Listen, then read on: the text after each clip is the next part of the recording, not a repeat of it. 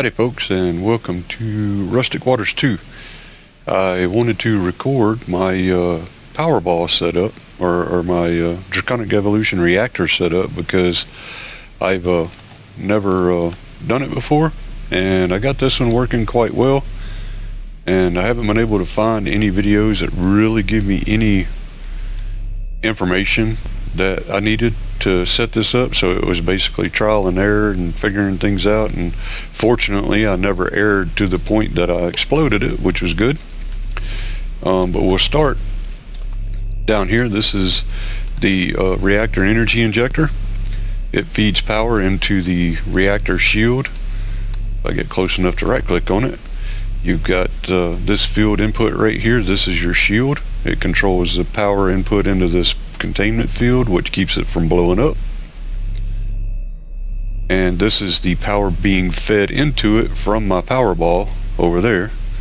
So this is the power feed coming into it. Right now it is set to input 1.5 million RF a tick.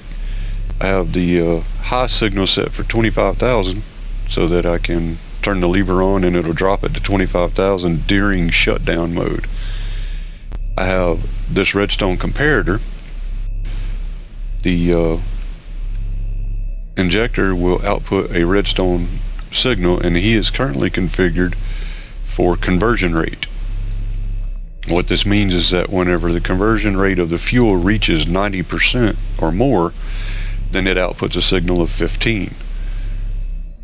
That's why I have that redstone dust there as a lever. I could have used a potentiometer from Draconic Evolution here, but I was wanting to, well, I didn't have them at the time. Whenever I was doing this setup, all I had was levers and redstone. But anyway, once that reaches 90% fuel conversion, it will activate this redstone link, which will switch off this flux gate up here. This is my main safety control in here. This one is currently set to be outputting over 30 million RF. The redstone signal high, when it receives the signal, turns it to 150,000. I'm sorry, 1,500,000, which is what the field input rate is, which is what will keep the shield up at all times. So even if that cuts on, it shuts it down to where it's only producing the power needed for the shield, so it doesn't drain my ball at all or anything like that. It provides its own power. This one over here is also set to switch that one off on low. It needs a signal of 15, and it is configured for shield on negative. What this means is the opposite of what the normal shield is. If you set it on normal shield, then if it gets greater than 90% of shield power, it'll emit a redstone signal of 15. So if you invert that, whenever it gets to a signal of 10, or when it gets to 10%, then it will drop, or it will emit a redstone signal of 15. So whenever my shield drops all the way down to 10%, it will cut on, which will cut off the power generation of 30 million. It will drop it down to just the shield power. So this is the other main one, so that as I was turning up the power draw over there to get it to 30 million, this one here protected me from blowing up, because once it got down to 10% on the shield, then it would switch it off and it wouldn't let it go any farther. This one over here is configured for temperature.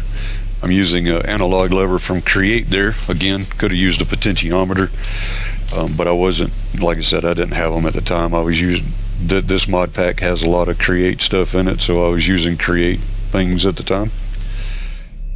But anyway, it's looking for a power of 11, and his redstone is set for temperature. It was set to 10, and it started triggering at about, is probably about 6,500 C. You don't really have anything to worry about until it gets above 8,000 C. So I decided I would bump it to 11 so that it could go on up, because I wind up, by the time my fuel needs changing out, I'll be at around 7,400 C. And that's how I'm getting the power out of this thing to be pulling the 30 million out of it is it just takes time. You have to keep bumping it up higher and higher while your shield stays up and your core temperature stays down. But anyway, that's the basic settings that I wanted to remind myself of for this Powerball, so that whenever I get another opportunity to build one, I've got something to look at to remind me how I made it work here. Hope you find this useful, as I do. Take care.